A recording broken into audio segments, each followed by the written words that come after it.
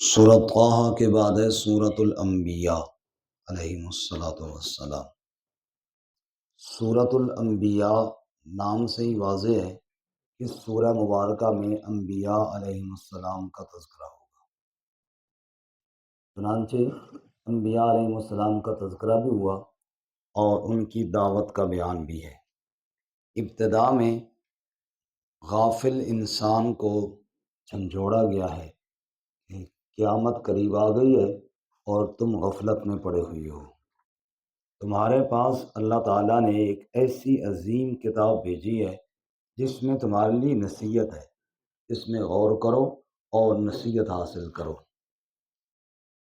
یہ جو الفاظ ہیں قرآن کے وہ یہ ہیں، لَقَدْ أَنزَلْنَا إِلَيْكُمْ كِتَابًا فِيهِ ذِكْرُكُمْ، کہ اللہ نے ایک کتاب نازل فرمائی ہے۔ ذکر کا معنی نصیحت، جس میں تمہارے لیے نصیحت ہے۔ ذکر کا ایک معنی تذکرہ بھی ہوتا ہے، فلاں کا ذکر ہوا تو فلاں کا یعنی تذکرہ ہوا۔ ایک بزرگ اس آیت کی روشنی میں فرماتے ہیں، میں نے جب یہ آیت پڑھی کہ تمہارے پاس ایک ایسی کتاب آئی ہے جس میں تمہارا ذکر ہے، میں نے کہا اچھا میرا ذکر بھی ہے قرآن میں تو کہاں ہے؟ میں ڈھونڈنے لگ گیا۔ کہتے میں نے قرآن کی کچھ آیتیں پڑھی جن میں اللہ تعالیٰ نے کچھ لوگوں کا ذکر کیا۔ جب ان کے سامنے قرآن پڑھا جاتا ہے وہ کہتے ہیں قرآن کو تبدیل کرو، کوئی اور کے قرآن لے آؤ۔ پھر وہ کہتے ہیں میں نے کچھ لوگوں کا ذکر پڑھا، اذا ذکر اللہ وحدہ اشمئزت قلوب الذین لا یؤمنون بالآخرہ، جب اللہ کی توحید بیان ہوتی ہے ان کے دل نفرت کرتے ہیں اور تنگ پڑ جاتے ہیں۔ کہتے ہیں میں نے کہا نہیں، اللہ کا شکر ہے یہ تو میرا ذکر نہیں ہے۔ میں قرآن کا مخالف بھی نہیں ہوں، میں توحید کا مخالف بھی نہیں ہوں، میں اس کے نبی صلی اللہ علیہ وسلم کا مخالف بھی نہیں ہوں، میں قیامت کا منکر بھی نہیں ہوں۔ کچھ ذکر لوگوں کا یہ تھا، میں نے کہا یہ تو میرا ذکر نہیں۔ کہتے پھر میں پڑھتا گیا، کہیں ہوگا صحیح میرا ذکر بھی۔ کہتے ہیں مجھے پھر کچھ آیتیں اور ملی جس میں اللہ تعالیٰ کچھ لوگوں کا ذکر کر رہے ہیں، والذین یبیتون لربہم سجدا وقیاما، رات سجدے میں گزارتے ہیں، قیام میں گزارتے ہیں اور اللہ کے سامنے عاجزیوں میں گزار دیتے ہیں، اللہ کے عذاب سے ڈرتے رہتے ہیں، سحری کو استغفار کرتے ہیں اور سچ بولتے ہیں وغیرہ وغیرہ۔ میں نے کہا ہاں یہ صفتیں میرے اندر ہیں تو نہیں، دل میرا کرتا ہے میرے اندر ہو جائیں، لیکن میں ابھی ایسا بنا نہیں ہوں کہ راتوں کو اٹھوں۔ ذکر ہوگا میرا بھی کہیں، لیکن ابھی میرا ذکر ملا نہیں ہے۔ یہ تو کچھ بڑے لوگوں کا ذکر ہے جو بڑے اللہ کے قریبی لوگ ہیں۔ کہتے پھر مجھے آیت ملی جس میں اللہ نے فرمایا وآخرون اعترفوا بذنوبہم خلطوا عملا صالحا وآخر سیئا عسى اللہ ان یتوب علیہم، کچھ ایسے لوگ بھی ہیں جو اپنی غلطیوں کا اقرار کرتے ہیں، ان سے نیک عمل بھی ہوتے ہیں، کبھی برے بھی ہوتے ہیں، اللہ سے معافی مانگتے رہتے ہیں، امید ہے کہ اللہ ان کو معاف کر دے گا۔ کہتے ہیں میں نے کہا یہ رہا میرا ذکر، مل گیا مجھے میرا ذکر۔ واقعی میں گناہ بھی کرتا ہوں، کبھی نیکی بھی کر لیتا ہوں، مانگتا ہوں اپنی خطاؤں کو، مجھے اپنے اللہ پہ امید ہے کہ اللہ مجھے معاف کر دے گا۔ ایسے بندہ صفات دیکھے نا قرآن مجید میں، نام لے کے تو اللہ نے نہیں بتایا لیکن تذکرہ کیا ہے کچھ صفات کا، پھر بندہ اپنے اندر ڈھونڈے کہ میں کس کیٹیگری میں آتا ہوں، میرا کون سے جماعت میں شمار ہوتا ہے۔ اللہ ہم سب کا تقوی والی جماعت میں شمار فرمائے۔ اس سورہ مبارکہ میں جو کہ سورہ انبیاء ہے، انبیاء سب کی متفق کا دعوت توحید ہے۔ ارشاد فرمایا وما ارسلنا من قبلک من رسول الا نوحی الیہ انہ لا الہ الا انا فاعبدون، آپ سے پہلے بھی جتنے ہم نے رسول بھیجے، ہر رسول کی طرف ہم نے یہی وہی بھیجی کہ عبادت کے لائق صرف کون ہے جی، لہٰذا عبادت بھی اللہ ہی کی کرو۔ اس کے بعد انبیاء کا ذکر ہوا تو سب سے پہلے جد الانبیاء حضرت سیدنا ابراہیم خلیل اللہ کا ذکر ہوا۔ انہوں نے دیکھا مورتیاں بنائی جا رہی ہیں، پتھروں اور لکڑی کے بت بنا کے ان کی عبادت کرنے کے لیے لوگ آئے ہیں۔ حضرت نے سمجھایا، لوگوں نے بات کو سمجھا نہیں، کہنے لگے یہ مذاق کر رہے ہو یا سچ کہہ رہے ہو؟ حضرت نے فرمایا سچ کہہ رہا ہوں، یہ تمہارے عبادت کے لائق نہیں، عبادت کے لائق صرف کون ہے؟ اللہ ہی عبادت کے لائق ہے۔ مولانا الطاف حسین حالی مرحوم بڑے مشہور شاعر گزرے ہیں ماضی قریب میں۔ مولانا الطاف حسین حالی بتوں کے بارے میں ایک شعر کہتے ہیں بڑا مزیدار، کہتے ہیں ہم ایسے خداؤں پہ حیران بڑے ہیں جو سنگی مزاج اور دل کے کڑے ہیں۔ سنگ کہتے ہیں نا پتھر کو، جو بنا ہوا ہی پتھر کا ہو اس کا مزاج پتھر والا نہیں ہوگا تو کیا ہوگا؟ ہم ایسے خداؤں پہ حیران بڑے ہیں جو سنگی مزاج اور دل کے کڑے ہیں، کھڑے ہیں کھڑے ہیں پڑے ہیں جو ناپو تو بندے خدا سے بڑے ہیں۔ 6 فٹ کا بندہ 1.5 فٹ کے بت کے آگے جھک کر کہتا ہے یہ میرا معبود ہے، یہ میری مشکلیں حل کرے گا۔ حضرت نے سمجھایا کس نادانی میں پڑے ہو، یہ عبادت کے لائق نہیں ہے۔ وہ نہ مانے۔ حضرت نے کہا اچھا موقع کوئی آیا تو میں تمہیں سمجھاؤں گا۔ ایک دن ایسے ہوا، قوم والے کسی اپنے میلے ٹھیلے پر گئے، پیچھے بت خانہ وہ خالی تھا، حضرت وہاں تشریف لے گئے۔ فجعلہم جزازا، سب کو ٹکڑے ٹکڑے کیا، کسی کا ٹانگ کاٹی کسی کا سر کاٹا، اللہ کبیر اللہم، جو بڑا تھا نا اس کو چھوڑ دیا اور کلہاڑا اس کے کندھے پہ رکھ دیا۔ وہ واپس آئے کہ چلو جناب عبادت کریں، کوئی چما چٹی کریں۔ آگے گئے تو جناب وہاں تو تہس نہس ہوا تھا، سارا نظام ہی معبودان کا تو بیڑا غرق ہو چکا تھا۔ کہنے لگے سمعنا فتن یذکرہم یقال لہ ابراہیم، ایک جوان کا ذکر سنتے ہیں جس کو ابراہیم کہتے ہیں، یہ اسی نے کیا ہوگا، اکثر ان کی مخالفت کرتا رہتا ہے۔ کہنے لگے لے آؤ ابراہیم کو لوگوں کے سامنے۔ ابراہیم پیش ہوئے، سوال کرتے ہیں انت فعلت ھذا بآلہتنا یا ابراہیم، یہ ہمارے الہوں کا حشر تو نے کیا ایسا ہے ابراہیم؟ ابراہیم علیہ السلام فرمایا مجھ سے پوچھتے ہو کبیرہم ھذا، یہ بڑے صاحب ایک موجود ہے نا، کہ ایک کو چھوڑ دیا تھا نا، اس سے پوچھ لو نا، یہ بتا دے گا نا۔ جب حضرت نے یہ سوال کیا نا تو ان کے دل پہ چوٹ لگی کہ بات تو ابراہیم کی ٹھیک ہے، یہ کیسے معبود ہے کہ جو کٹ کھا کے بتا بھی نہیں سکتے کہ ہمیں مارا کس نے ہے؟ تو دل ہی دل میں اپنے آپ کو مخاطب ہو کر کہنے لگے انکم انتم الظالمون، ہو تم بھی ظالم۔ یہ بات ابراہیم کی اتنی غلط ہے نہیں ہے، لیکن شیطان نے پھر تب کی پتھر ہمت ہارنی نہیں، ثم نکسوا علی رؤوسہم، پھر سر ہلایا اور الٹے ہوئے اور کہنے لگے یہ کیا بات ہوئی کہ ان سے پوچھ لو، تجھے تو پتہ ہے یہ بول نہیں سکتے۔ اچھا یہ بول نہیں سکتے؟ ہاں جی تو بول نہیں سکتے۔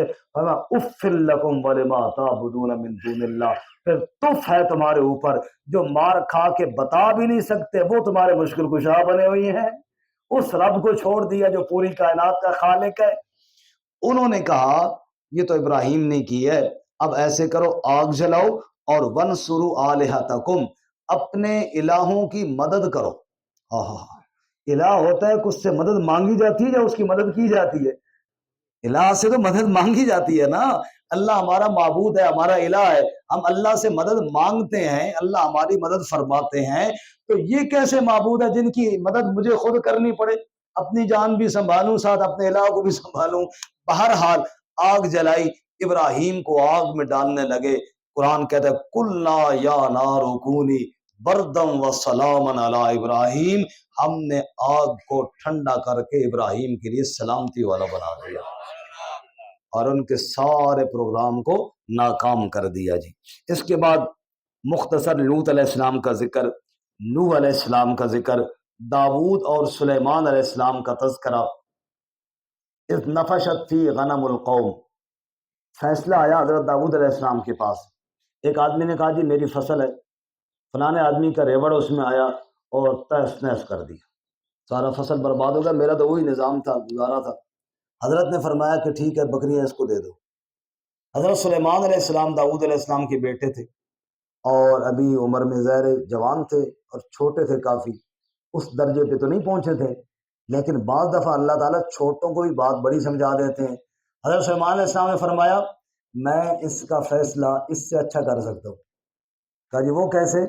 کہا دیکھو اب اگر اس کے کھیت کا نقصان ہوا ہے، بکریاں لے کر اس کو دے دو گے تو ٹھیک ہے، اس کا تو نقصان پورا ہو جائے گا، لیکن بکریوں والے کا کیا بنے گا؟ اس کا تو کچھ نہ رہا نا، اس کی تو جمع پونجی ساری چلی گئی۔ تو اس لیے یہ بکریاں پکی پکی اس کو نہ دی جائیں، یہ عارضی طور پہ دی جائیں، وہ اس سے دودھ وغیرہ سے نفع اٹھاتا رہے، اور زمین اس کے حوالے کی جائے بکریوں والے کے کہ اس میں محنت کر، ہل چلا اور دوبارہ فصل بیج، جب فصل تیار ہو جائے نا تو وہ بکریاں اس کو واپس کر دے اور یہ تیار کھیت اس کو واپس کر دے۔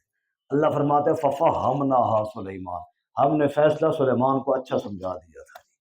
اس لیے ضروری نہیں ہوتا کہ ہر وقت بڑا ہی کوئی صحیح بات کہے، بعض دفعہ چھوٹے بھی بات صحیح کر لیتے ہیں۔ مجھے ویسے ایک حدیث کی بات یاد آئی اس پہ، رسول اللہ صلی اللہ علیہ وسلم نے پانی پیا، آپ صلی اللہ علیہ وسلم کا بچا ہوا پانی، ہر صحابی کی خواہش ہوتی تھی کہ ہمیں ملے، ظاہر بات ہے بہت برکت والا حضور کا بچا ہوا۔ آپ صلی اللہ علیہ وسلم کا سنت طریقہ یہی تھا کہ دائیں جانب آپ بھیگا کرتے تھے۔ حدیث پاک میں آتا ہے کہ دائیں جانب بچہ بیٹھا ہوا تھا، بائیں جانب بڑے حضرات بیٹھے تھے۔ اب آپ صلی اللہ علیہ وسلم چاہتے یہ تھے کہ بڑوں کو دوں، لیکن ترتیب میں بچہ پہلے آ رہا تھا۔ آپ صلی اللہ علیہ وسلم نے اس بچے کی طرف دیکھا، کہا بیٹا تم اجازت دیتے ہو کہ میں یہ پانی ان کو دے دوں؟ اس نے کہا یا رسول اللہ میں نہیں اجازت دیتا میں اجازت مجھے دیجیے۔ آپ صلی اللہ علیہ وسلم مسکرائے اور اس کو دے دیا، اور حضور نے فرمایا دیکھو بچے کو، انہوں نے کہا یا رسول اللہ میں تو بیٹھا اس لیے تھا کہ آپ کا بچہ کو پانی پیوں گا، اور اگر میں اجازت دے دیتا تو آپ ان کو دے دیتے تو میرے پلے کیا آتا۔ تو بعض دفعہ بچے بھی ایسی بات کرتے ہیں کہ بڑے بھی کیا ہو جاتے ہیں، حیران ہو جاتے ہیں۔ بہرحال اس کے بعد اللہ تعالیٰ نے ایوب علیہ السلام کا ذکر فرمایا، ان کا تفصیلی تذکرہ ہم 23ویں پارے میں انشاءاللہ پڑھیں گے۔ بہرحال بیماریوں نے گھیرا، اولاد فوت ہو گئی، مکان گر گئے، اور غربت کا شکار بھی ہو گیا اور بیماری کا شکار بھی۔ بیماری میں رب کو پکارا، رب نے شفا عطا فرما دی۔ اس کے بعد ہے جی مچھلی والے نبی کا ذکر۔ کون ہے مچھلی والے جی؟ رسول اللہ صلی اللہ علیہ وسلم مچھلی کے پیٹ میں گئے، اور ہمارے اب کئی ساتھی نا نیل کے پیٹ میں جا رہے ہیں۔ تھوڑا تھوڑا سر اوپر کریں تاکہ پتہ چلے ماشاءاللہ۔ قرآن کہتا ہے وَظَنُّونِ إِذْ ذَهَبَ مُغَاضِبًا، غور سے کہو سبحان اللہ۔ یہ میں نے کہا اس کے بغیر آپ نہیں جاگیں گے۔ وَظَنُّونِ إِذْ ذَهَبَ مُغَاضِبًا، مچھلی والے نبی کا ذکر بھی کر دے جب قوم سے خفا ہو کر وہ چل پڑا تھا، اور جا کر کشتی میں بیٹھ گیا۔ کہاں بیٹھ گیا جی؟ قرآن کہتا ہے فَصَاهَمَ فَكَانَ مِنَ الْمُدْحَضِينَ، قرآن ڈالا گیا، قرآن نکلا یونس علیہ السلام کے نام کا۔ مچھلی کے پیٹ کے اندر پہنچے، جو ہی کشتی سے اتارے گئے، مچھلی نے لقمہ بنایا اور پھر سمندر کی تہوں کے اندر چلی گئی۔ فنادا فی الظلمات، فنادا فی الظلمات اللہ الہ الا انت سبحانک انی کنت من الظالمین۔ رات کا اندھیرا ایک، مچھلی کے پیٹ کا اندھیرا دو، سمندر کی تہوں کا اندھیرا تین، تین اندھیروں میں اللہ کے نبی یونس نے کس کو پکارا؟ اور فرمایا لا الہ الا انت سبحانک، تیرے علاوہ حاجت روا کوئی نہیں، تیرے علاوہ مشکل کشا کوئی نہیں، تیرے علاوہ اس دکھ سے نجات دینے والا اور کوئی نہیں۔ شاعر کہتا ہے یونس نے پکارا بار الہ کو، بیٹھ گیا تھا کشتی میں، پر تیرا حکم تو ٹل نہ سکا، وہ خود کو پار لگا نہ سکا۔ تو جس کو ڈبونے پہ آئے پھر کس میں طاقت پار کرے، مجبور ہے سب بندے تیرے، کوئی خود کو پار لگا نہ سکا۔ اے خالق کل، اے مالک کل، اے عالم کل، اے قادر کل، رحمان ہے تو، سبحان ہے تو، کوئی تیری صفتیں پا نہ سکا۔ اللہ فرماتے ہیں جب مجھے پکارا میرے یونس نے، فاستجبنا لہ، ہم نے اس کی دعا کو قبول کر لیا، ونجیناہ من الغم، اور اس غم سے ہم نے نجات دی۔ سنو دنیا والو، وکذالک ننجی المؤمنین، جیسے ہم نے اس دکھ سے اپنے یونس کو نجات دی ہے، جو بندہ مومن مجھے یوں پکارے گا میں رب اس کو یوں ہی نجات عطا فرماؤں گا۔ یہ جو آیت کریمہ ہے اس میں وہ درد ہونا چاہیے جو یونس علیہ السلام کا تھا۔ اندازہ کریں نا کہ کیسے مچھلی کے پیٹ میں جب چلے گئے تو وہاں سارے اسباب ختم ہو گئے، سارے اسباب ختم ہو گئے، کس لہجے اور درد میں پکارا تھا، اس لہجے میں جب آپ آیت کریمہ پڑھیں گے نا پھر فائدہ ہوگا۔ ہم نے تو پڑھنی چھوڑ دی ہے، ہم نے تو کہا کسی اور سے پڑھوا لیتے ہیں۔ سارے کام پیسوں کے نہیں ہوتے میرے بھائی، سارے کام ہم سمجھتے ہیں دیکھو پیسوں سے آ جاتی ہیں، ایت کریمہ بھی پیسوں سے پڑھوا لیں گے۔ چلو جناب، کوئی ایت کریمہ پڑھی ہوئی تھا ہی تھوڑے کو، کئی لوگ آگے پوچھتے ہیں پڑھی ہوئی تھا ہی، یعنی آپ نے پڑھی ہے تو مجھے دے دو۔ یار یہ کوئی سودا نہیں ہے کہ بیچنے والا کہ جناب میں آپ کو دے دوں، یہ تو وہ درد ہے، اس درد سے رب کی فریاد کرنی ہے، اس درد کے ساتھ فریاد کرو گے تو اللہ کہتے ہیں میں تمہاری مشکلیں ٹال دیا کروں گا۔ میں بیمار ہوں اور میں جناب راجہ صاحب سے کہوں راجہ صاحب ذرا فریاد کرو نا، رو کیوں بھائی؟ ذرا میری طبیعت بڑی خراب ہے، تسی ہائے ہائے بیٹھ کے کرو۔ یہ اصل میں تھوڑا دماغ خراب ہے، درد تھانوں ہائے ہائے میں کری؟ جو درد جس کو ہوتا ہے نا آہ بھی اسی کی نکلتی ہے۔ درد کسی کو ہے، آہ کوئی اور نکالے، آہ نکلے گی تو رب کے عرش ہلے گا، اللہ تعالیٰ کی رحمت متوجہ ہوگی۔ اس لیے درد کے ساتھ رب کو پکاریے۔ اور اس کے بعد زکریا علیہ السلام کی دعائیں ہم نے پہلے پڑھ لی ہے سورہ مریم میں، لیکن یہاں پہ ایک بات عرض کرتا ہوں، 4 دفعہ نادا آیا ہے جی، کتنی دفعہ بولو؟ نوح علیہ السلام کی دعا میں آیا نادا نوح الربہ، ایوب علیہ السلام کی دعا میں آیا وَأَيُّوبَ إِذْ نَادَى رَبَّهُ، یونس علیہ السلام کی دعا میں آیا فَنَادَى فِي الظُّلُمَاتِ، اور زکریا علیہ السلام کی دعا میں آیا وَزَكَرِيَّا إِذْ نَادَى رَبَّهُ۔ 4 دفعہ سورہ انبیاء میں لفظ آیا نادا کا، کتنی بار آیا بولو؟ ندا کہتے ہیں فریاد کو، ندا کس کو کہتے ہیں؟ جب کوئی ظاہری سہارا نہ رہے نا پھر بندہ کرتا ہے فریاد۔ نوح علیہ السلام نے نادا کب کیا؟ جب پوری قوم مخالف ہو گئی اور صدیوں تک مخالف رہی اور تھک گئے حضرت، تو پھر فنادا نوح الربہ، پھر فریاد کی۔ یونس علیہ السلام نے جب مچھلی کے پیٹ میں گئے سارے اسباب ختم ہو گئے تو نادا فی الظلمات، پھر رب کی فریاد کی۔ اور ایوب علیہ السلام جب سارے حکماء اور اطباء نے جواب دے دیا بیماری ٹھیک نہیں ہو رہی، سال گزرتے گئے تو پھر رب کے آگے فریاد کی۔ اور زکریا علیہ السلام جب بڑھاپے نے گھیر لیا، بیوی بانجھ تھی، اولاد ہونے کے کوئی چانس نہیں تھے، تو پھر نادا، رب کو پکارا۔ رب نے کہا اے لوگوں ندا کرنا سیکھو، ندا کرنا سیکھو، فریاد کرنا سیکھو۔ ہم نے ساری دعائیں رسمی بنا لی۔ کافی دن ہوئے قاری شعیب صاحب کی دعا کا ذکر نہیں ہوا، آج موقع ہے، ویسے ہونا چاہیے نا جی۔ رسمی دعاؤں کا حال کیا ہے؟ مجھے ایک بندے نے فون کیا، مولوی صاحب کتنے ہو، دعا کرانی ہے۔ میں نے کہا میں تو راولپنڈی میں ہوں۔ اوہو، کوئی بندہ کوئی نہیں، قاری شعیب صاحب مسجد میں تھے۔ میں نے کہا قاری شعیب صاحب مسجد میں تشریف فرمائے، ان کو لے جائیے دعا کے لیے۔ وہ قاری شعیب صاحب کو لے گیا، اس نے بتایا کہ میری پروموشن ہوئی ہے، اس خوشی میں نے کیا کرائی ہے، کوئی دعا اور اہتمام کیا ہے۔ قاری شعیب صاحب نے سمجھا بھی اس کو موشن لگی ہوئی ہیں، اس نے کیا کہا تھا؟ پروموشن ہوئی ہے۔ قاری صاحب نے سمجھا کہ اس کو موشن لگی ہوئی ہیں۔ قاری صاحب دعا کر رہے ہیں یا اللہ اس کو شفائے کاملہ عاجلہ عطا فرما۔ ہاں جی، پر کاٹ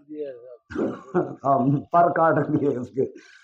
اور ہمارے حاجی صاحب بھی فون بھی آ گیا، وہ جا بھی رہے ہیں، تو حاجی صاحب کہتے ہیں میں نے سمجھا شاید لنٹر ہے اس کے لیے دعا ہو رہی ہے۔ وہ لنٹر کی آمین کہہ رہے ہیں اور دعا کرانے والا موشن کی دعا کر رہا ہے، حالانکہ نہ لنٹر تھا نہ موشن تھے وہاں، اصل میں تو پرموشن تھی۔ یہ ہے رسمی دعا، رسمی دعائیں ایسی ہوتی ہیں۔ اس لیے فریاد کرنا سیکھو، رب سے مانگنا سیکھو، ورنہ موشن کی جائے پرموشن ہوگا اور پتہ نہیں کیا سے کیا ہوتا رہے گا۔ اس لیے اللہ ہمیں فریاد کرنے کی توفیق عطا فرمائے۔ یا اللہ، انبیاء کا تذکرہ تو ہوا، ہم موٹی بات جاننا چاہتے ہیں کہ انبیاء کی سیرت میں کون سی چیزیں ہیں، کون سی چیزیں ہیں۔ سنیے جناب، 3 باتیں اللہ نے بتائیں، کتنی باتیں بولو؟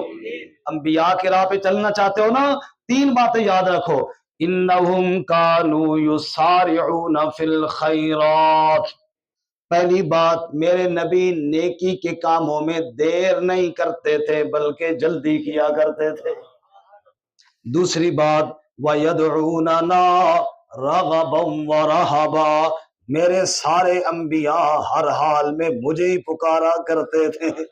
اور تیسری بات، وَقَانُوا لَنَا خَاشِعِينَ، میرے حکم کے آگے میرے نبی سر جھکا لیا کرتے تھے، جو میرا حکم آتا بس اپنی خواہشات کو دبا لیتے۔ یہ سارے نبیوں کا ذکر ہوا، آخر میں اللہ نے امام الانبیاء کا ذکر فرمایا، اور کیا فرمایا؟ وَمَا أَرْسَلْنَاكَ إِلَّا رَحْمَةً لِّلْعَالَمِينَ، اے میرے محبوب، سارے نبی بڑی شان والے تھے، لیکن میرے محمد صلی اللہ علیہ وسلم کی تو کیا ہی بات ہے، میرے محبوب کی کیا بات ہے، ہم نے آپ کو رحمت للعالمین بنا کر کے بھیجا ہے، پوری کائنات کے لیے ربوبیت رب کی چلے گی اور رسالت میرے محمد مصطفیٰ صلی اللہ علیہ وسلم کی چلے گی۔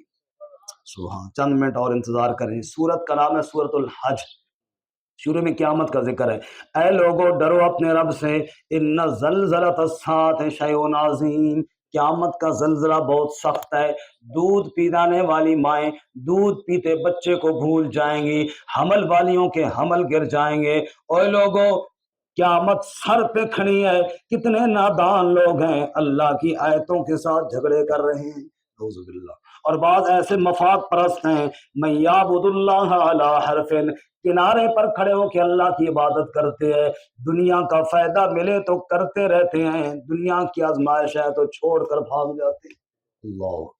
اللہ تعالیٰ ہمیں مخلص ہو کے عمل کرنے کی توفیق۔ اور ایک اس سورہ مبارکہ میں اللہ تعالیٰ نے ایک بڑی عجیب اور زبردست بات کہی ہے اس بندے کے لیے جو یہ کہتا ہے کہ میری اللہ مدد نہیں کرتا، نعوذ باللہ۔ لوگ کہتے ہیں وہ جی اللہ ہماری کدھر سنتا ہے، جی کبھی ایسا نہ کہا کرے، یہ بہت بڑا شکوہ ہے اللہ پہ۔ اللہ نے کہلوایا ہے ہر روز، ہر نماز میں، ہر رکعت میں، سمع اللہ لمن حمد، اللہ نے سن لی اس کی جس نے اس کی حمد، تو کبھی یہ نہ کہا کریں او جی ہماری اللہ کدھر سنتا ہے۔ اللہ کہتا ہے میں تیری سنتا نہیں ہوں تو کون سنتا ہے، میں تیری مدد نہیں کرتا ہوں تو کون مدد کرتا ہے۔ اب یہاں پہ اللہ نے کیا فرمایا؟ من کان یظن ان لن ینصرہ اللہ، اگر کسی کا یہ خیال ہے کہ اللہ اس کی مدد نہیں کرتا، اللہ کہتے ہیں اس کو چاہیے کہ رسی لٹکائے اور اس کے ساتھ پھانسی لے، پھندا لے، اور پھر دیکھے حل یذہبن کیدہ ما یغیظ، پھا لے تو پھر سمجھے ہن آرام آیا کہ نہیں آیا۔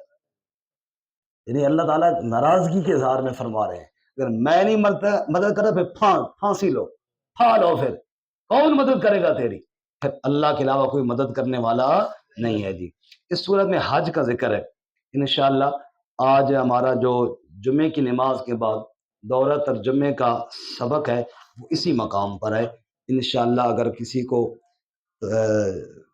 سننا ہو حج کے، چونکہ یہاں پہ وقت نہیں ہے، حج کے مسائل یا وہ تذکرہ انشاءاللہ جمعے کے بعد آئے گا۔ آخر میں ایک بہت اہم بات ہے، بلکہ دو باتیں اس کے بعد ختم ہے۔ جی ایک بات تو یہ ہے قرآن کریم اللہ کا کلام ہے، اللہ تعالیٰ فرماتے ہیں جب ہم اپنے نبی سے قرآن پڑھواتے ہیں نا تو شیطان روڑے اٹکانے کی کوشش کرتا ہے، میرا نبی میری آیات بیان کرتا ہے اور شیطان کی پوری کوشش ہوتی ہے لوگوں کو اللہ کی آیات سے دور کرے۔ اب اس ہنگا مشتی میں یعنی نبی ادھر کھینچ رہے ہیں اور شیطان دوسری طرف کھینچ رہا ہے، لوگوں کی 4 جماعتیں بن گئیں۔ کتنی جماعتیں بن گئیں؟ اب ہم سب نے دیکھنا ہے کہ ہم کس جماعت میں ہیں۔ اللہ فرماتے ہیں پہلا گروہ وہ ہے فی قلوبہم مرض، جن کے دل میں مرض ہے، منافقت ہے، وہ قرآن پاک سنتے ہیں نا ان کو کوئی فائدہ نہیں ہوتا۔ کیوں؟ کہ ان کے دل میں کیا ہے؟ منافقت، اللہ ہمیں محفوظ فرمائے۔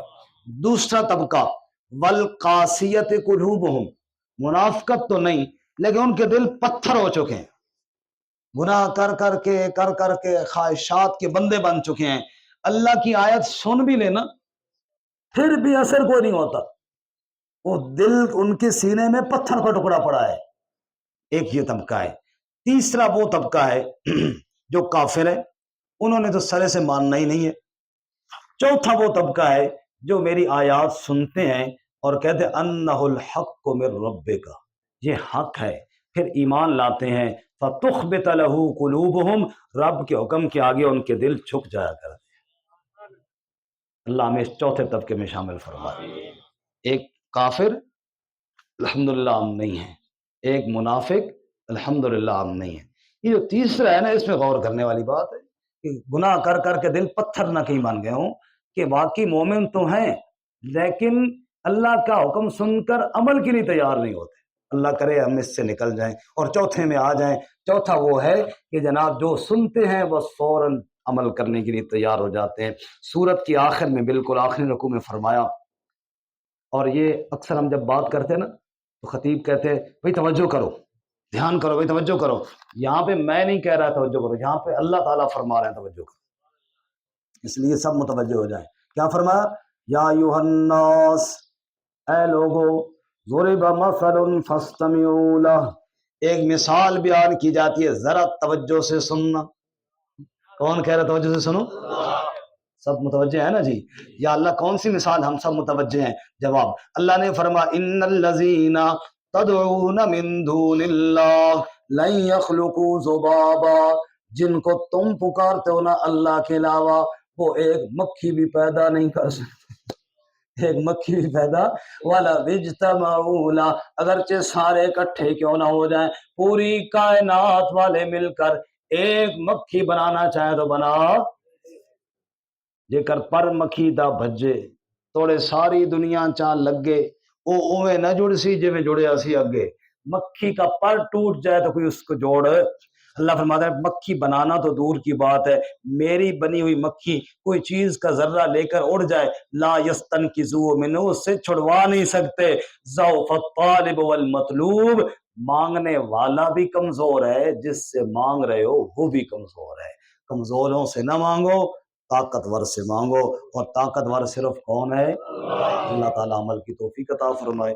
وآخر دعوانا ان الحمدللہ۔